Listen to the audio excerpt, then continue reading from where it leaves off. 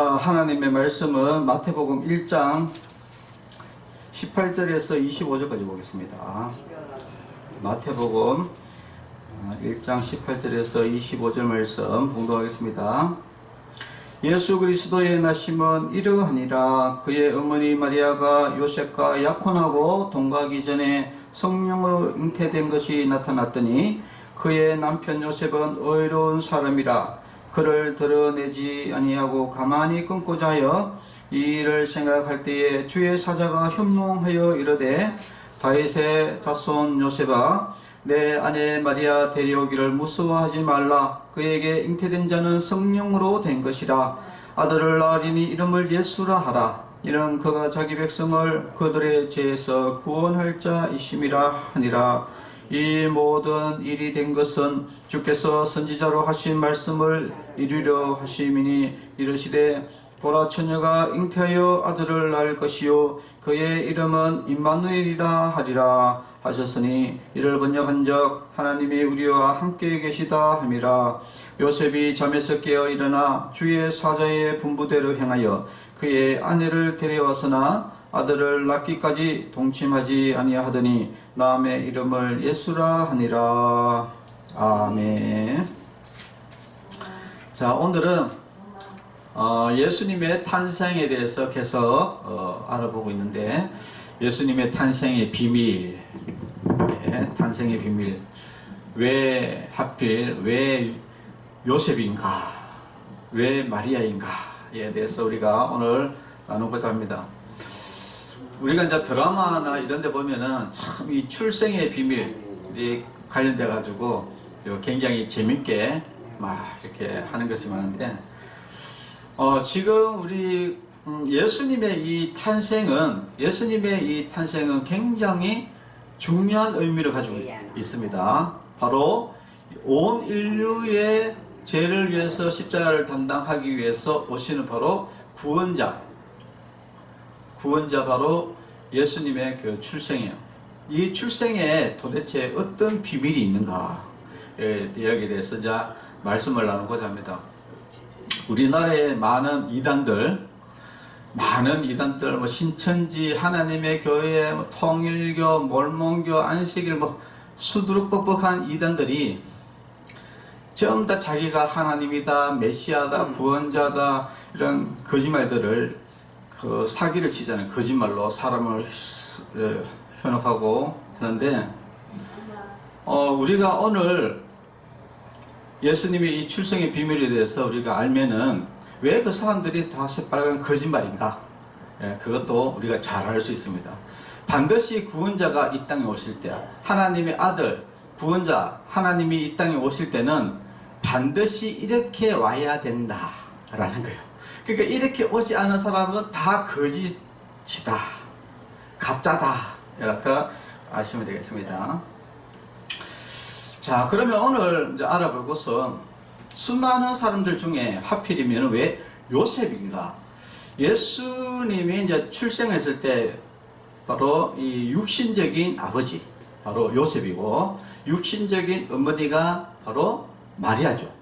그래서 요셉과 마리아가 예수님의 이제 부모입니다. 그리고 마리아를 통해서 이제 나오게 되는데 왜 이렇게 나와야 되는가? 반드시 이렇게 나와야 되는 거예요. 자, 그럼 왜 이렇게 나와야 되는지 거기에 대해서 우리가 오늘 상세하게 이제 알아보려고 합니다. 이 출생의 비밀을 알아보려고 합니다. 오늘 성경에 보면은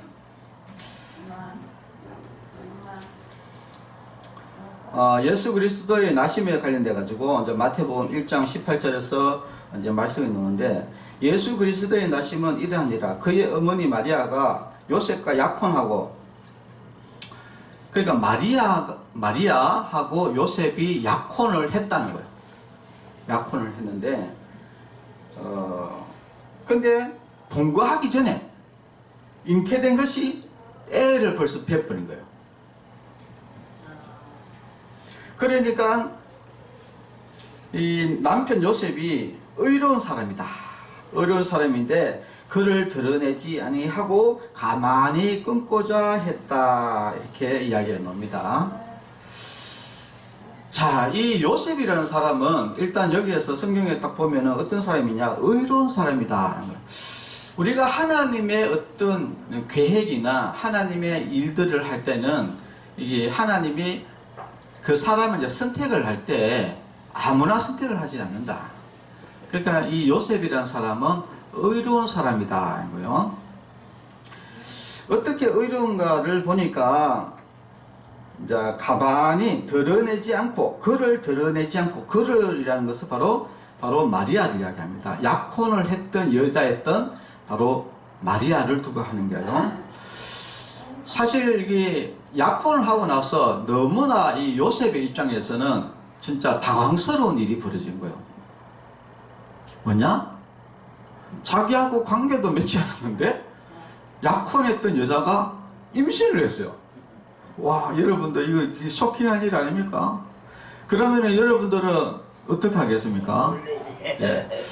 근데 이 이스라엘에는 이제 율법이라는 것이 있어요. 그 율법에, 그 당시에 이스라엘 율법에는 어떻게 되어 있느냐면은 약혼을 한 여인은 그냥 결혼한 여인으로 봅니다. 약혼을 한 여인은 결혼한 여인으로 보는데, 만약에 그 여자를 다른 남자가 관계를 맺어가지고 임신을 하게 됐다. 그러면은 법적으로 둘 다 돌로 쳐 죽여야 돼요. 자, 그러니까 지금 사실은 이 마리아는 성령으로 잉태됐습니다. 성령으로 잉태됐지만은 까딱 잘못하면은 지금 어떤 상황이 벌어지느냐? 돌에 맞아 죽을 수 있는 어떤 상황에 몰려져 있는 거예요. 예? 자, 그래서 이 요셉은 이 법적으로 이제 두 가지를 취할 수 있습니다. 한 개는 니 한 당해봐라, 이러면서 그 사람을 공개적으로 모욕을 하면서 돌로 쳐 죽이는 방법이 하나가 있고요. 하나는 또 신명기에는 이제 두 가지가 이혼 정서를 써줘가지고 다른 사람과 결혼할 수 있도록 이렇게 하는 방법이 있습니다. 그러니까 그 정략 결혼을 이제 취소하고 그 여인에게 이제 이혼 정서를 줘가지고 다른 사람과 다시 결혼할 수 있도록 하는 방법이 있는데, 이 요셉은 어떤 사람이라고? 의로운 사람이기 때문에 그 여인이 다치지 않도록, 비록 어떤 일이 있었는지는 모르겠지만은 일단은 우리가 상식적으로 생각했을 때 여자가 임신했다는 누군가 뭔가 했으니까, 관계가 다른 남자하고 외간 남자하고 했으니까 애를 뵀을 거 아니에요. 일단 요셉의 생각은 일단은 뭐 성령으로 잉태된지 그런 걸 모르는 상태에서, 자, 그러니까 가만히 그냥 이혼 정서를 줘가지고 가만히 조용하게 그 마리아가 다치지 않도록 여인을 배려하는 그런 아름다운 마음이에요. 얼마나 아름다웠습니까, 그죠? 그러니까 이 요셉이라는 사람이 이래서 의로운 사람이다, 이렇게 이야기하는 겁니다. 그래서 하나님이 이 진짜 아주 이 중요한 사명인 거잖아요, 그죠? 지금 진짜 그 구원자 예수님이 탄생을 어떻든 해야 되고 그 가정이 나와야 되고 하는 이 중요한 이 부분에 이 사람을 선택할 때 얼마나 신중하겠어요. 그러니까 이거 뭐 굉장히 죄 많고 뭐 이상한 사람 같으면은 어떤 일이 벌어질지 모르지 않습니까? 믿음이 있고 의롭고 아주 순종하고 선한 사람, 이런 사람을 하나님이 이제 선택한 거예요. 바로 그 사람이 누구냐? 바로 요셉입니다. 자, 그래서 가만히 이제 끊고자 했는데, 근데 갑자기 이제 꿈에 하나님 사자가 나타나게 된 거예요. 나타나서 뭐라고 이야기하냐면은 다윗의 자손 요셉아, 네 아내 마리아 데려오기를 무수하지 마라. 그에게 잉태된 자는 성령으로 된 것이라. 아들을 낳으리니 이름을 예수라 하라. 이는 그가 자기 백성을 그들의 죄에서 구원할 자이심이라 하니라. 이렇게 이야기합니다. 천사가 여기에 대해서 설명해 주는 겁니다. 니도 알지 않느냐? 바로 구원자가 오실 것이라는 것을 니도 알지 않느냐? 그 구원자가 이제 오시는데 바로 네가 약혼한 그 여자 마리아에게서 구원자가 나오신다. 이렇게 지금 그것을 천사가 설명을 해주고 있는 거예요. 설명을 해주면서 그 이야기를 합니다. 뭐냐? 바로 그 예언. 이사야 7장, 이사야 7장에 나오는 그 내용이죠. 이사야 7장 14절에 나오는 바로 그 예언. 뭡니까? 보라, 처녀가 잉태하여 아들을 낳을 것이요 그의 이름은 임마누엘 하리라. 이것이 바로 이사야 7장 15절에 바로 메시아 그 예언이거든요. 그러니까 예수님이 구원자 메시아가 태어날 때는 어떻게 태어날 것이다? 바로 처녀에게서 성령으로 잉태될 것이다. 사람의 남자의 관계로 태어나는 것이 아니라 여자의 뱃속에서 하나님의 성령으로 태어날 것이다.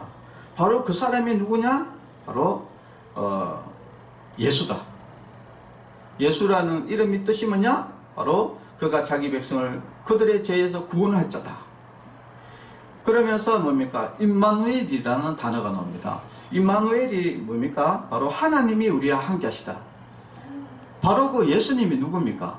바로 하나님의 아들, 하나님이시잖아요. 그죠? 하나님이 사람의 몸으로 이 땅에 왔으니까 하나님이 우리와 함께 계시다. 이런 이야기입니다.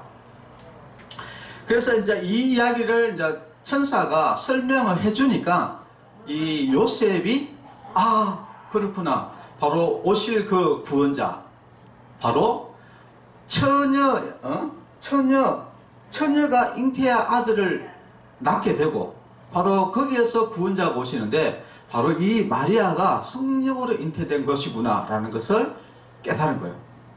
그러면서 어떻게 하냐, 요셉이 잠에서 깨어나 일어나 가지고 주의 사자의 분부대로 행하여 그의 아내를 데려왔다는 거예요. 그러니까 이미 마리아는 이미 애를 배가지고 임신이 벌써 배가 나온 상태에서 됐어요. 그런데도 이 요셉이 이제 데려왔으나 동침을 하지 않았다는 겁니다. 왜 이 요셉이 의로운 사람이냐? 또 두 번째 이유가 있습니다.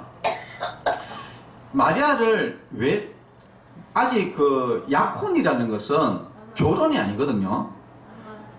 그런데 결혼을 해야지 원래 같이 사는 건데 아직 약혼한 상태인데도 불구하고 미리 왜 이 요셉이 마리아를 자기 집으로 데려왔느냐 하면은 혹시 만약에 거기서 애를 만약에 놓는다든지 이렇게 했을 때는 어떻게 됩니까? 잘못하면은 마리아가 돌에 맞아 죽을 수도 있다는 거예요.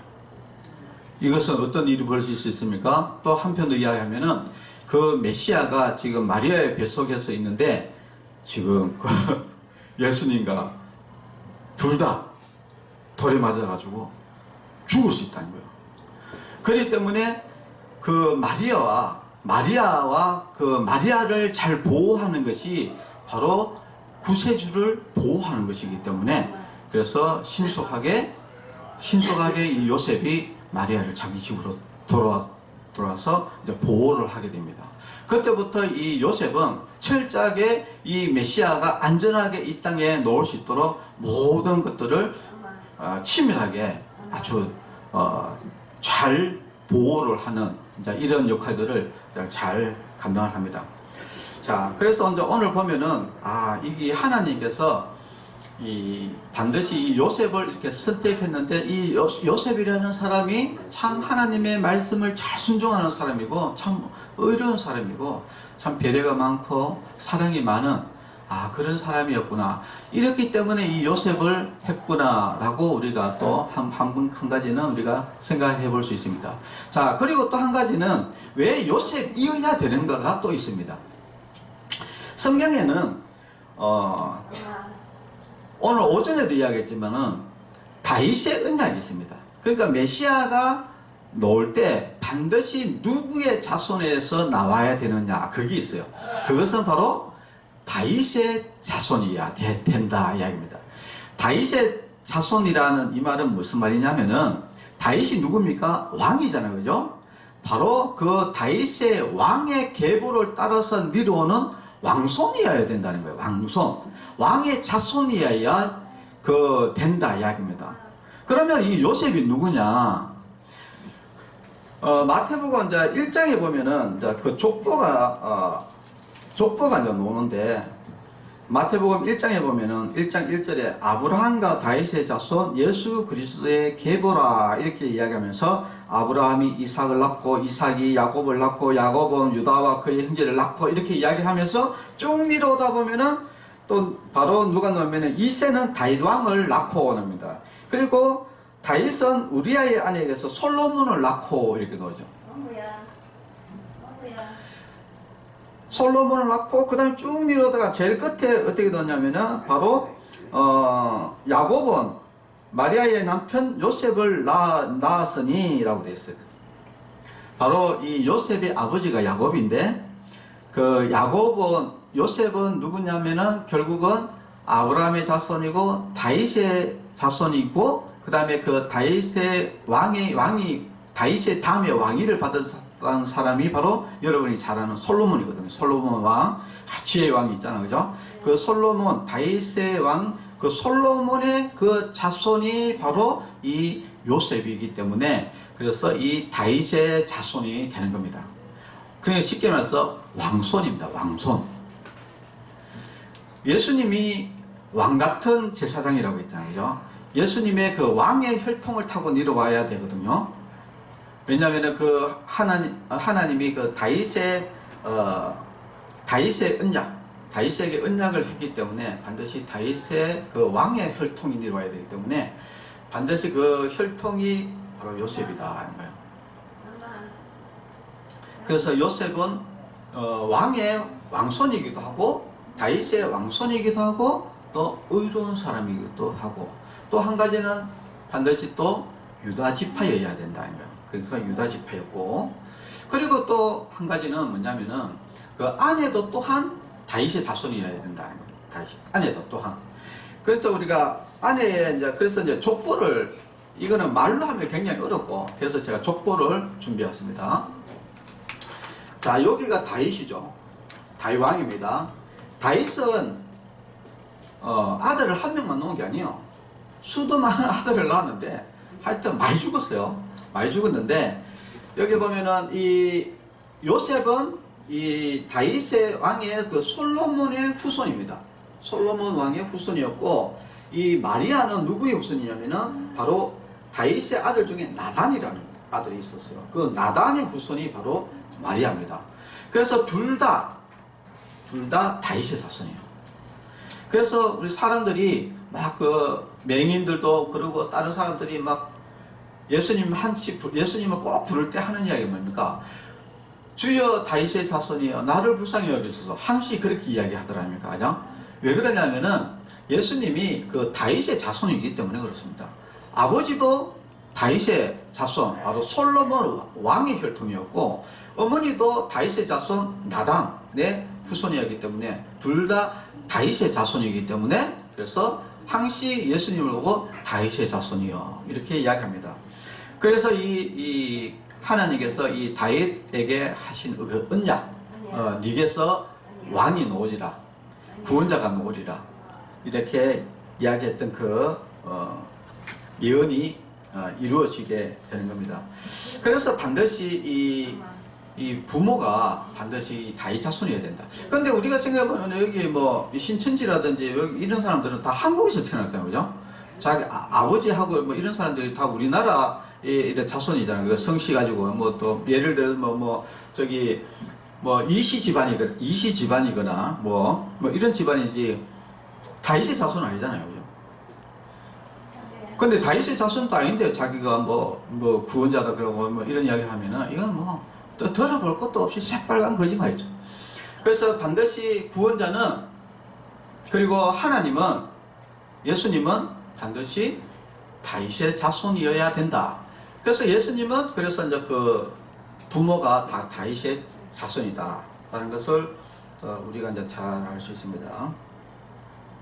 그래서 예수님께서도 마태복음 28장 18절에 또 이런 이야기합니다. 예수께서 나와 말씀하여 이르시되 하늘과 땅의 모든 권세를 주셨으니, 모든 권세를 내게 주셨으니 라고 이야기했죠. 예수님은 이 땅에 이제 왕으로서 오십니다. 그래서 누가복음 1장 32절에 하나님께서 그 조상 다윗의 왕위를 그에게 주시리니, 네, 다윗의 왕위를 그에게 주시리니. 그래서 반드시 이 예수 그리스도 구원자는 반드시 다윗의 왕위의 자손에서 나와야 된다. 네. 우리나라 사람들은 다윗의 자손이 아니다. 네. 그래서 우리나라에서, 그러니까 이스라엘에 그서 태어나지 않는 그 사람들은 다 거짓말이다. 자, 이것을 이제 오늘 아시면 되겠고요. 그래서 이제 다윗 언약의 이제 성취가 이루어졌다. 그래서 이제 예수님은 또 반드시 그 베들레헴에 또 태어나요. 사실은 오늘 오전에 이제 그런 이야기 했었잖아요, 그죠? 그 호적을 하러 베들레헴으로 갔는데, 사실은 성경적으로 보면은 호적은 원래 남자만 합니다. 여자는 호적을 하러 하진 않거든요. 그런데 굳이 이 요셉이 마리아를 데리고 어디로 갔냐면 베들레헴으로 갔어요. 왜 요셉이 그 베들레헴으로 갔을까? 그건 또 중요한 이야기가 있습니다. 그것은 요셉은 그 하나님의 그 사명, 구세주가 태어날 장소를 요셉은 알았어요.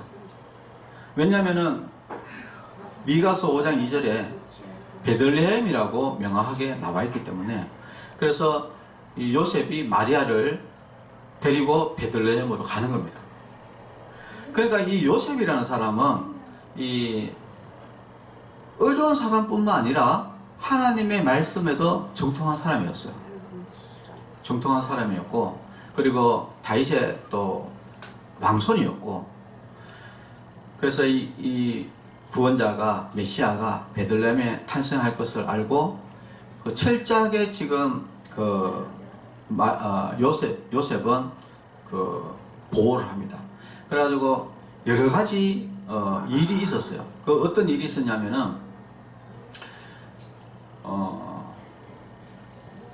그 예수님을 이제 보호하기 위해 가지고 다윗이 요셉이 어떤 일이 있었냐면은 그 당시에 이제 헤롯 왕이 있었는데, 헤롯 왕이 이스라엘의 메시아가 왕이 왔다는 이야기를 듣고 2살 아래의 사람들을 다 죽이려고 했었어요.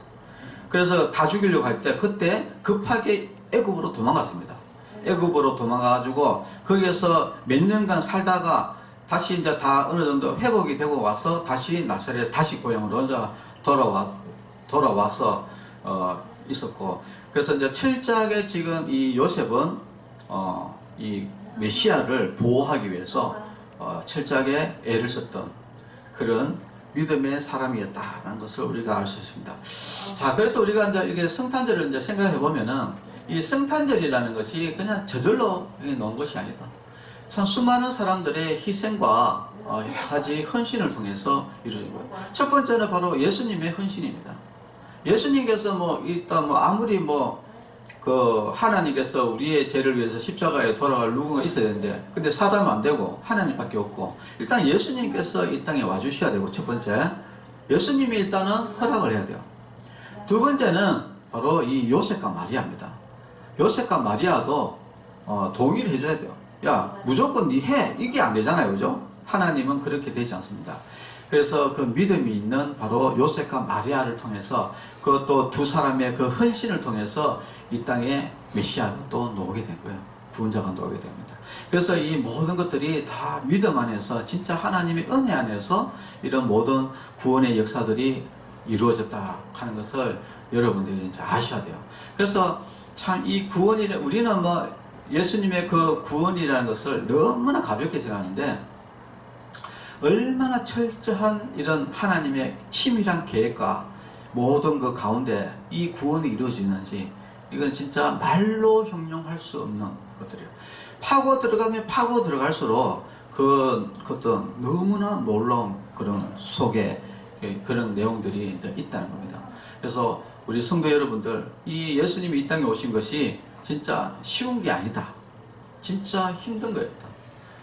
그리고 그 구원을 이루기 위해서 진짜 하나하나 얼마나 참 어려움이나 여러 가지 많지만은 그럼에도 불구하고 그것들을 또 하나님께서 또 이루셨다라는 것을 여러분들이 아시고, 우리가 날마다 그 예수님께 하나님께 감사와 찬양과 영광을 돌리는 그런 성도가 되시고, 그리고 또 그 예수님의 그 값진 헌신 사랑을 여러분 아주 헛되이 보내지 말고, 우리가 예수님 잘 믿어가지고 한 명도 빠짐없이 다 믿고 예수님 믿고 천국 가서 천국 가는 것이 그것이 하나님의 기쁨입니다.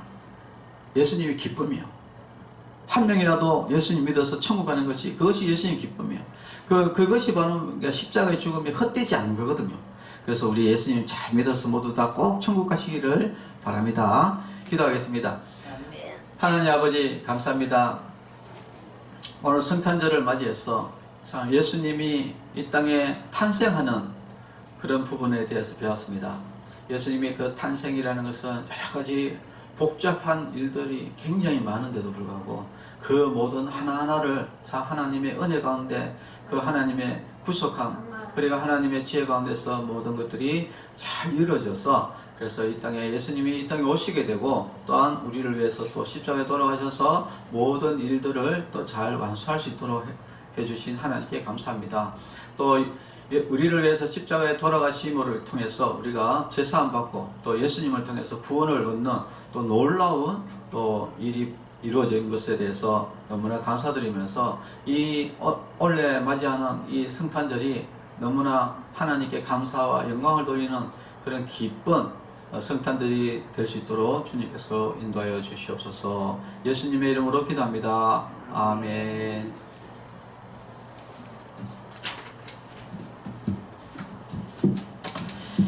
네. 오늘 오전에도 이야기했지만 이 성탄절이 참 귀하다. 우리가 하나하나 이렇게 성탄절에 대해서 우리가 연구해보고 공부를 해보면 해볼수록 이 놀라운 일들이 이렇게 많이 있고, 이것이 참 예수님이 이 땅에 오신 것이 진짜 간단하게 그냥 막 뚝딱뚝딱 만들어진 것이 아니라 굉장히 여러 가지 복잡한 가운데서 진짜 은혜 가운데서 이루어졌다 하는 것을 우리가 많이 알았죠. 그래서 우리 성도 여러분들 이렇게 어려운 거예요. 이 구원이라는 것이, 우리는 구원 받는 것은 쉬운데 구원을 이루는 것은 너무나 복잡하고 어렵습니다. 그런데 이런 것에 대해서 하나님이 이렇게 해주신 것에 대해서 우리가 늘 감사하면서 하나님께 영광 돌리고 또 전도 많이 하시기 바랍니다. 예, 전도 많이 해가지고 전도해서 많은 사람이 천국 갈 수 있도록 예, 전도 많이 하시기를 바랍니다. 축도의 예배를 마치겠습니다. 이제는 우리 주 예수 그리스도의 은혜와 하나님의 사랑과 성령님의 교통하심이 성도들의 머리 위에와 가정과 자녀들 위에 이제로부터 영원토록 함께 있을지어다. 아멘. 네, 감사합니다.